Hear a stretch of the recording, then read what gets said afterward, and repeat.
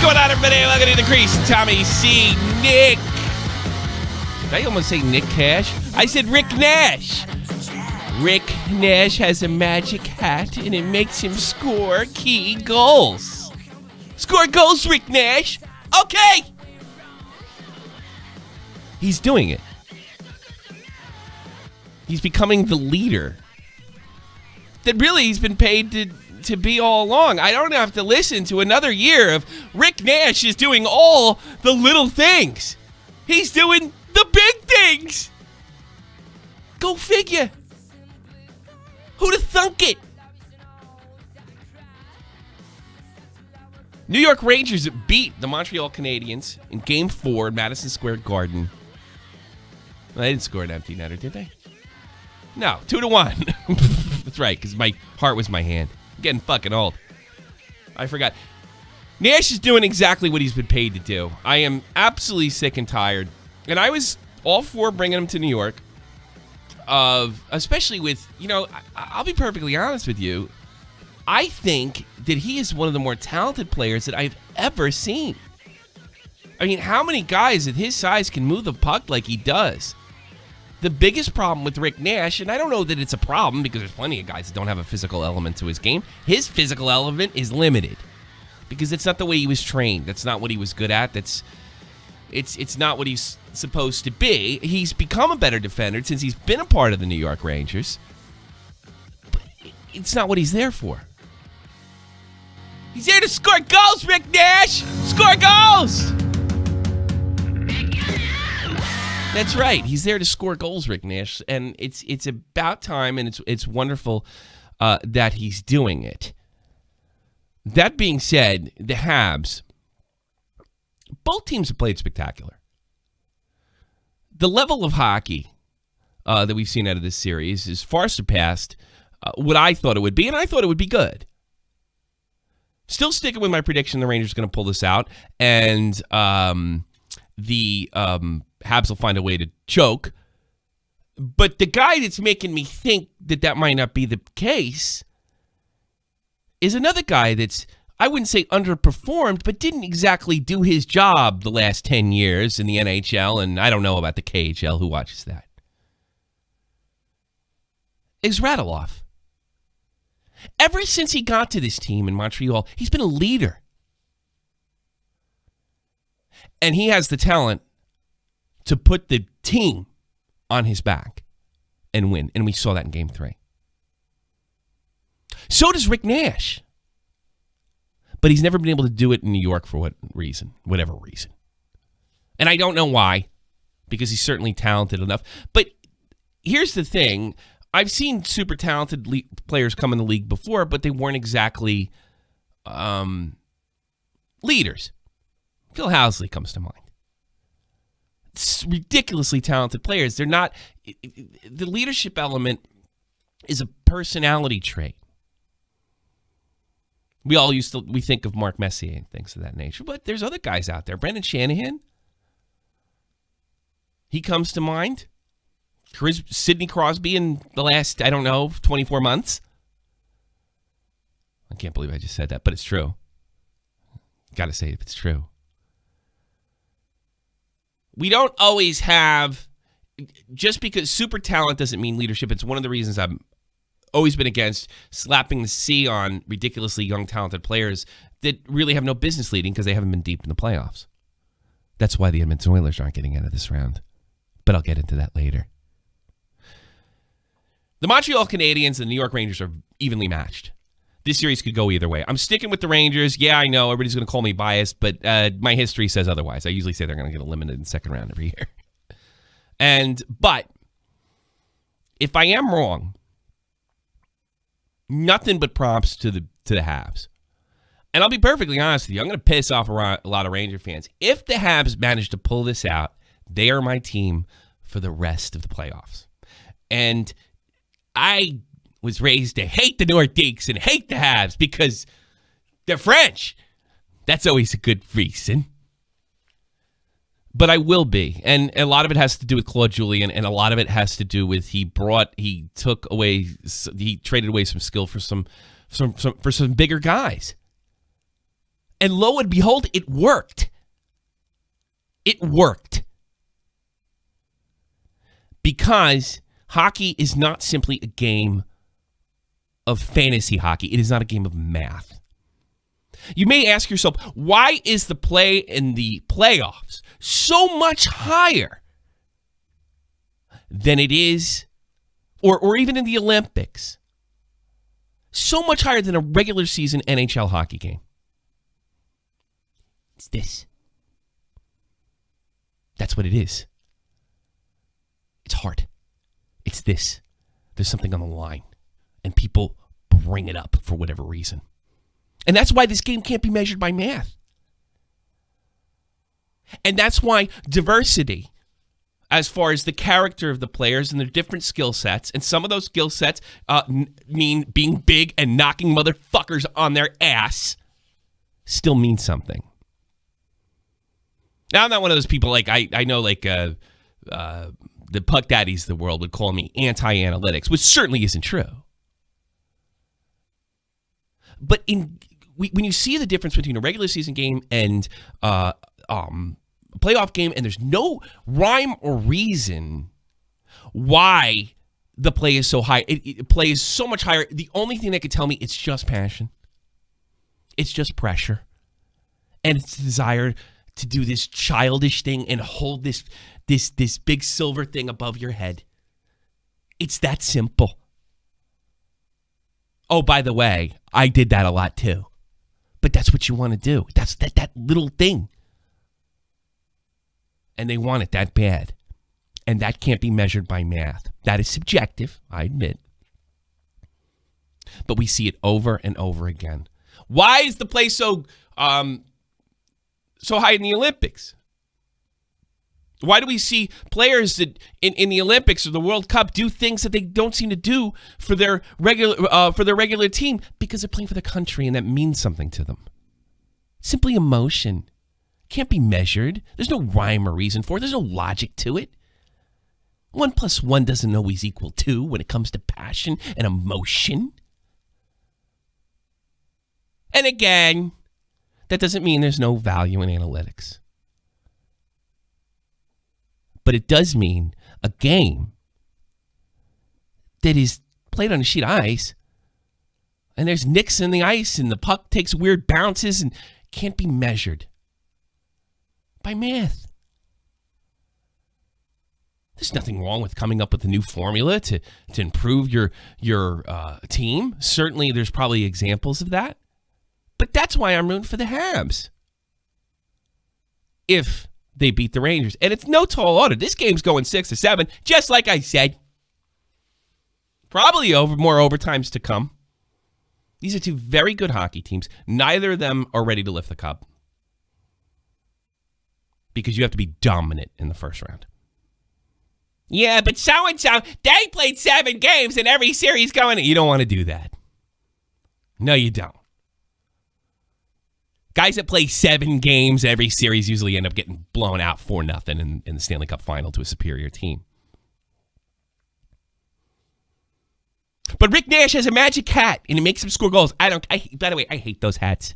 I hate those. It's so childish to me. I'd rather them give him ice cream. Good job, son. Here, Rick, have an ice cream. They wear a hat, and what do they do in Boston? I know I'm going to commit military heresy. They have the military thing. And I don't know. It just looks like they're not adults. Oh, Tommy, it's terrible. They love the Broadway hat. It looks stupid. I'm sorry. That hat looks stupid on a man's head. The Broadway hat. What happened to saying, good game, Rick. Here's a puck and a hooker. Ah! I like those days.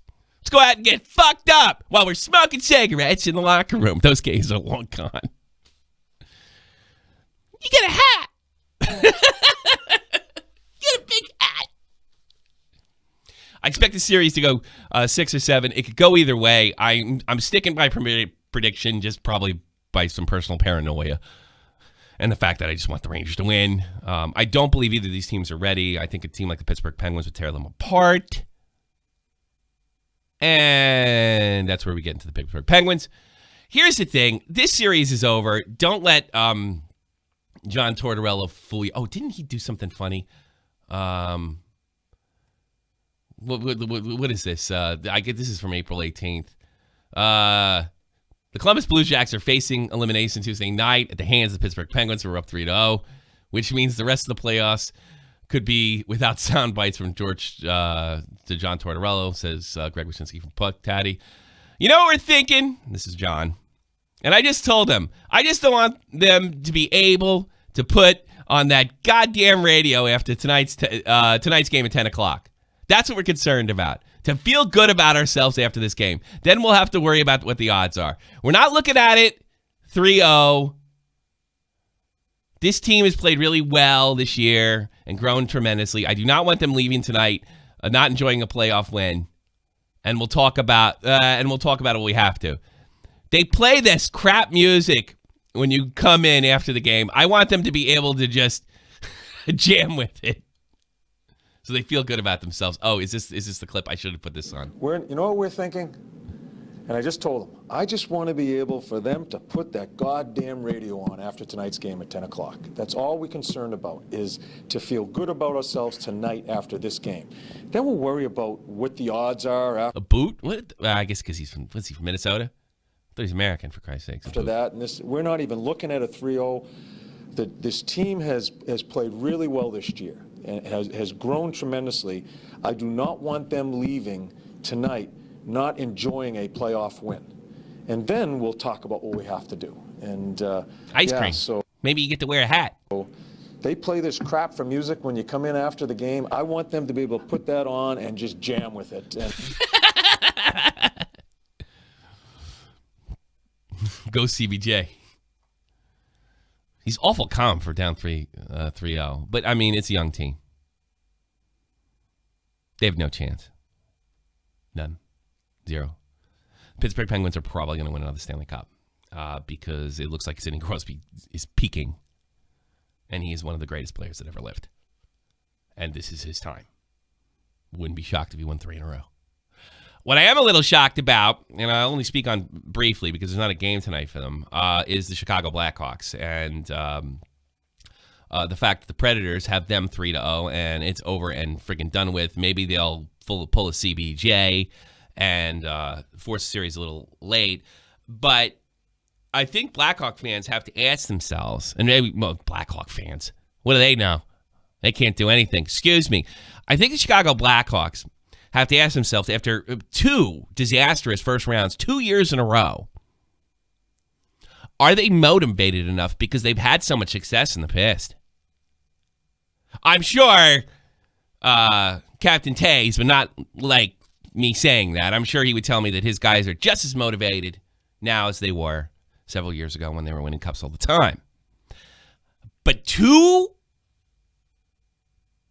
of them? First round, teams should beat. Taking nothing away from Pekarine's performance. Nothing. But this is a team they should beat.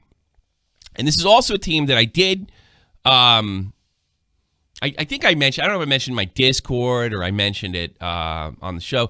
You really got to watch the Preds. They're usually a pain in the ass to get rid of in the playoffs. And it's not like they're without talent. They're always in there. They always make it. And they're going to beat the Chicago Blackhawks this year. I think it's safe to say. They got to start jamming to their shitty music or whatever it is. I don't know what they got to do. But I think the Blackhawks got to look themselves in the face. Are we taking this as seriously as we took it? Was it 09 they won? Or 10? Or when they were winning all the time? Where the hell it was?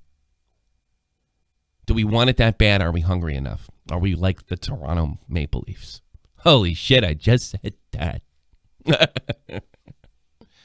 I wonder. That's all I'm going to say about the Blackhawks. I don't know. You want to listen to Pierre McGuire have a meltdown? He's probably right, but I don't care. It's just funny. For Bobby Ryan, he comes in hard. That's got to be matching minus. I mean, honestly, if you're going to set the standard, you got to call it the right way. I have no skin in this game at all. None. If you're going to set a standard, you got to call that both ways. That's a hit to the head. That's got to be called. Then if you're going to call the next one, call it. That's not right. That's not well done at all. He's probably right. I don't care, but just have him throw a fit. It's just too funny. It's just terribly funny. That old Pierre Maguire. Oh, quick thing on the Pittsburgh Penguins. One thing that is concerning, but it's because, I mean, what is 9 goals in their last 2 games? I don't know if you could just dump that on Fleury. And he's coming in a bad spot, and they expected another goal. I think the defense has to pick it up as well. That's concerning, but it's just not going to be enough for CBJ to take advantage of. Because now we're talking miracle shit. And I don't see it. If I had to pick one of the 2 teams, I'd say the Chicago Blackhawks could dig themselves out of this hole because they've dug themselves out of holes before. I wouldn't even be terribly shocked if they dragged this out to a game 6 or 7. But I don't see CBJ doing that. And just by judging by Willie Tortorella's talking, like jokingly, I don't think he expects him to go much past the first round. Or maybe everybody convinced him that he's too mean and he doesn't give away enough ice cream, or he doesn't have a fancy hat like Rick Nash does. Maybe that's it. I don't know. San Jose crushed the Edmonton Oilers last night.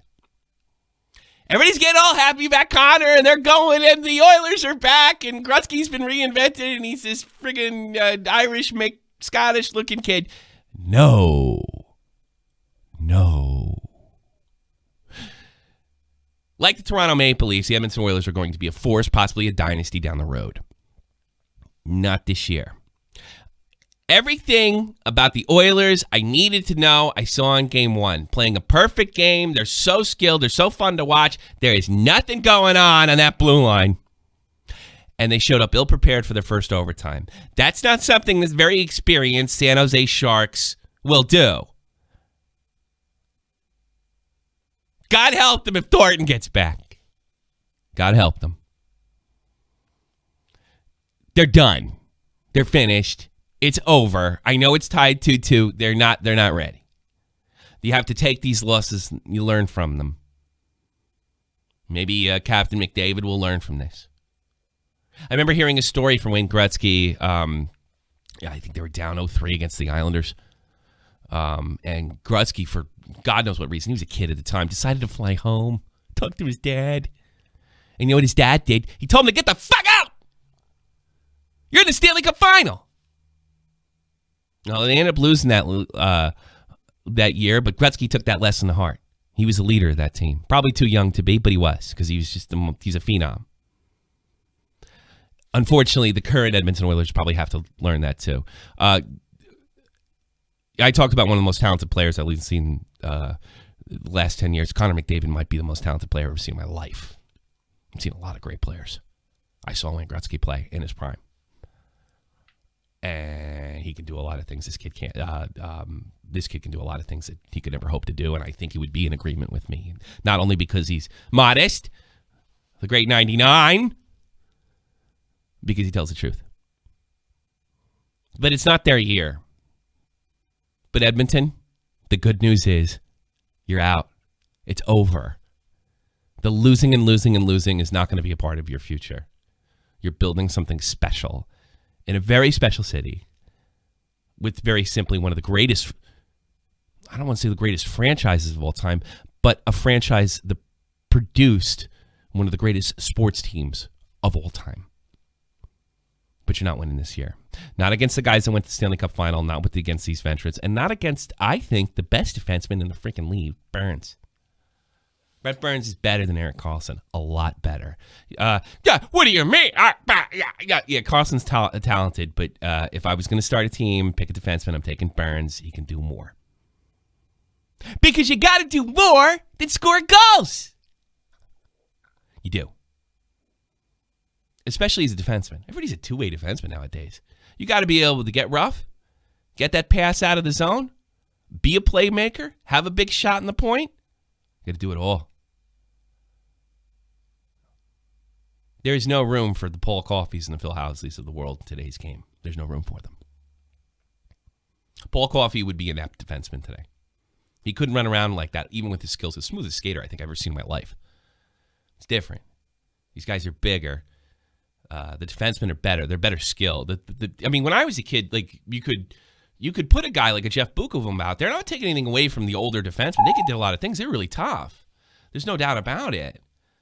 But you got to be able to do more. You got to be like a Ryan McDonough. You got to be like a Brett Burns. And in an odd way, Carlson's more of a throwback than he is the future because he's limited. He ain't no Nick Lidstrom. He's not even close. He couldn't carry his jock. I'm not saying that, and I say stuff like this, people say, hey, you hate him. I don't hate him. For all I know, he's a wonderful human being. I think he's a well-spoken young man. He speaks a second language great. Seems like a nice person. But he's not the best defenseman in the league, and there's much too much drooling over him. I understand he has gifts, and when he's on his game, or things are breaking his way, or he's playing the type of team where he can play his game, which is really the better way to put it, he is something to watch. He's incredible. It's not enough. You need more depth in your game. You need to be more well-rounded. It's not just math. It's diversity. And it's also diversity of skill sets. Matt Kazar said years ago that even fighting would be incorporated to the star. And in some ways, we've seen that. You have to do it all now. There's no way around it. You can't just be a big boom. Slow-ass skater that he was. Did great things for the Rangers. Don't know if we win the Stanley Cup without him in 1994. But Jeff Bukovam couldn't play. Mike Richter probably couldn't play today. He's too small. This is not disrespect to... the only guy I think could play today is Gordie Howe. Because he could do it all. And he would adjust. And that's why Brett Burns is the best. That's why Brett Burns is better than Erik Karlsson. And I think wiser NHL fans would agree with me. Sorry, you number keepers, you hockey accountants. Must be fun to be you. How'd you do in your fantasy league this year? I know I did like shit. I stopped playing like week 3 because it's not a sheet to be played a game on. It's a game where a lot of crazy things happen. There's a lot of variables. All right, well, I'll get into that. Toronto Maple Leafs. Shocking. Choke job. It looks like it's coming apart. I predict the Toronto Maple Leafs have no idea how bad they suck. And that's why they're going to win. Nobody gave them the memo. And that's great. That's something new we're seeing out of Toronto. It's fantastic. Somebody crying downstairs? Oh, God. Well, maybe I should speak. I don't know. Am I that bad? Well, whatever. I don't know. I got to do my fucking job here. So, what was I talking about? I swear to God, I thought I heard somebody crying downstairs. Maybe it's just TV. Who the fuck knows? So, I'm going to quote Barry Melrose because I don't think I could put it any better. They're hungrier. They're not better. They're hungrier. And I don't think as good as Alexander Ovechkin is, he doesn't have that leadership factor. He certainly has the ability to put a game on his back and take over a game. Big team on his back. Take over a game, excuse me. But he's never done it. No, and especially in big games. He hasn't done it. And I was always rooting for him against the Crosby Ovechkin, where I just liked his personality a little more. And Crosby seemed like a fucking stuck-up hipster, and Ovechkin's kind of a wild, crazy Russian guy. That's more my speed. But Crosby's got it over him like a tent, and stats show it, and the Cubs show it. That's truth. Unfortunately, it's true. I'm not a big Crosby fan, but I like to give credit where credit's due.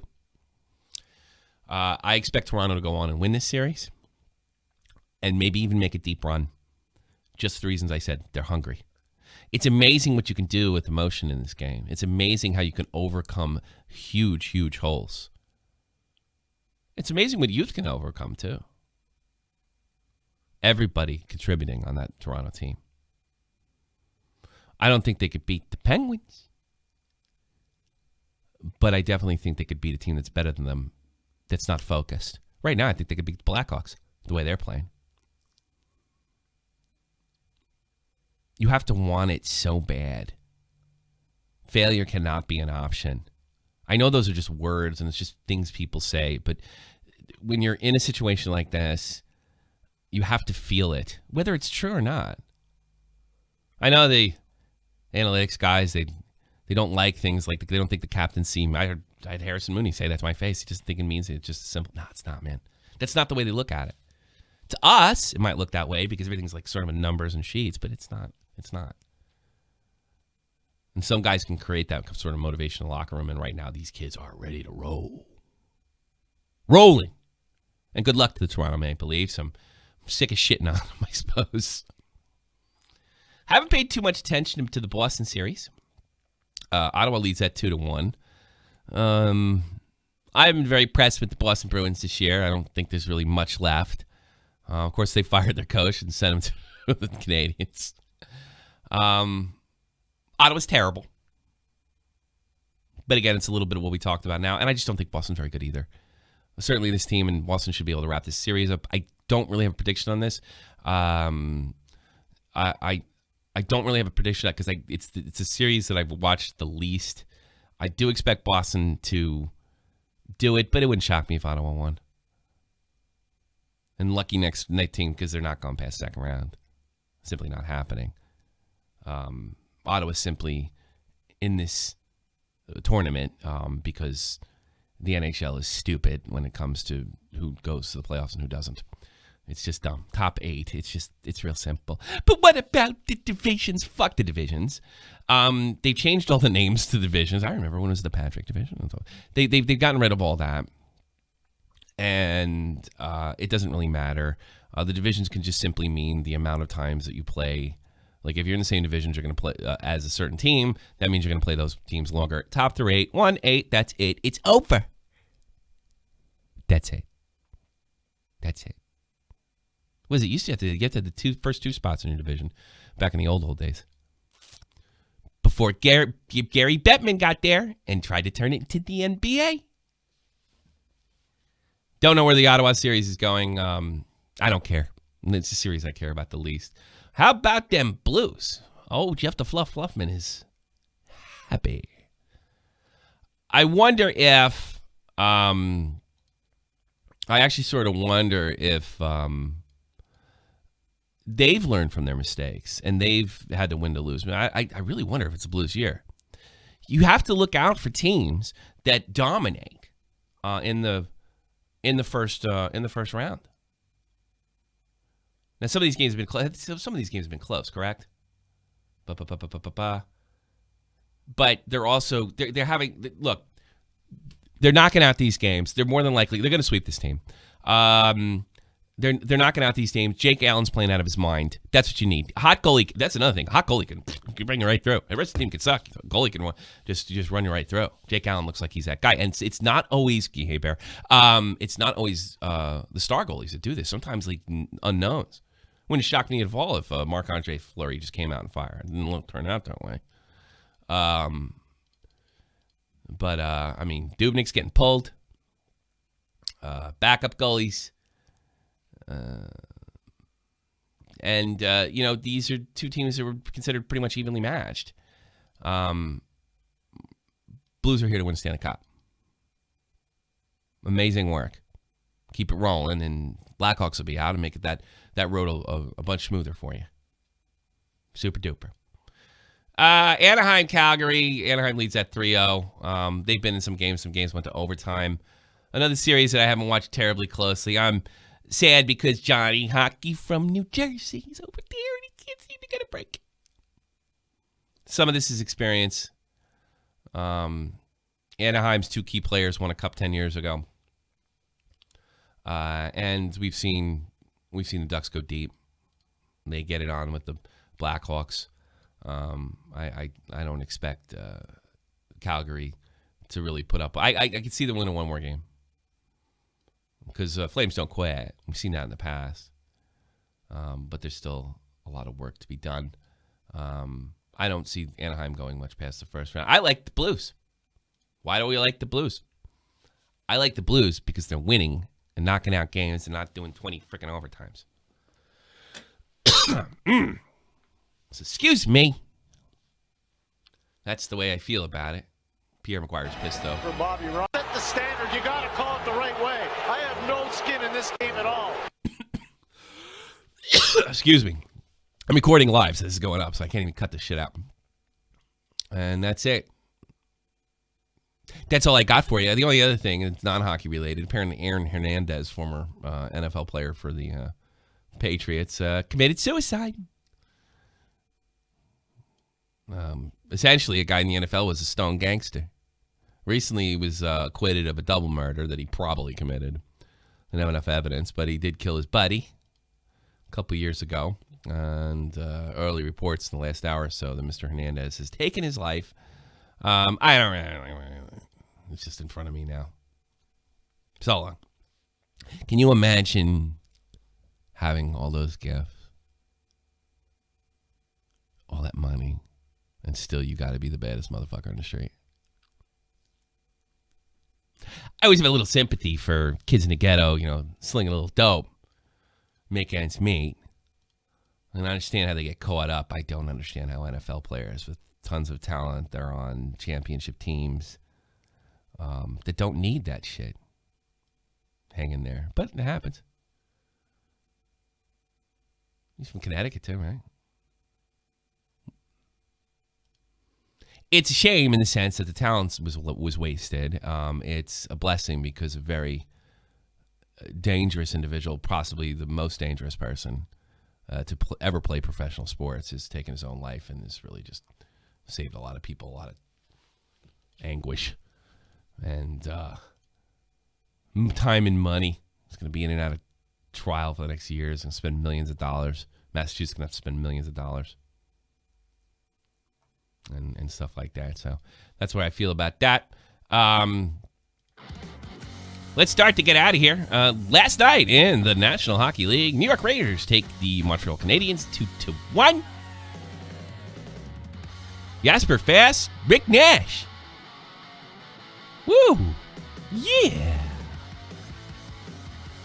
They get the 2 goals. Mitchell coming with a single goal for the Montreal Canadiens. That series is tied 2-2. Goes back to Montreal, French Canada, for Game 5. And in a lot of ways, the Rangers, it's advantage for the Rangers because they've been a better road team this year. Crazy. Penguins come up short, but they still lead the series 3-2 against the Columbus Blue Jackets. They're trying to show some signs of life.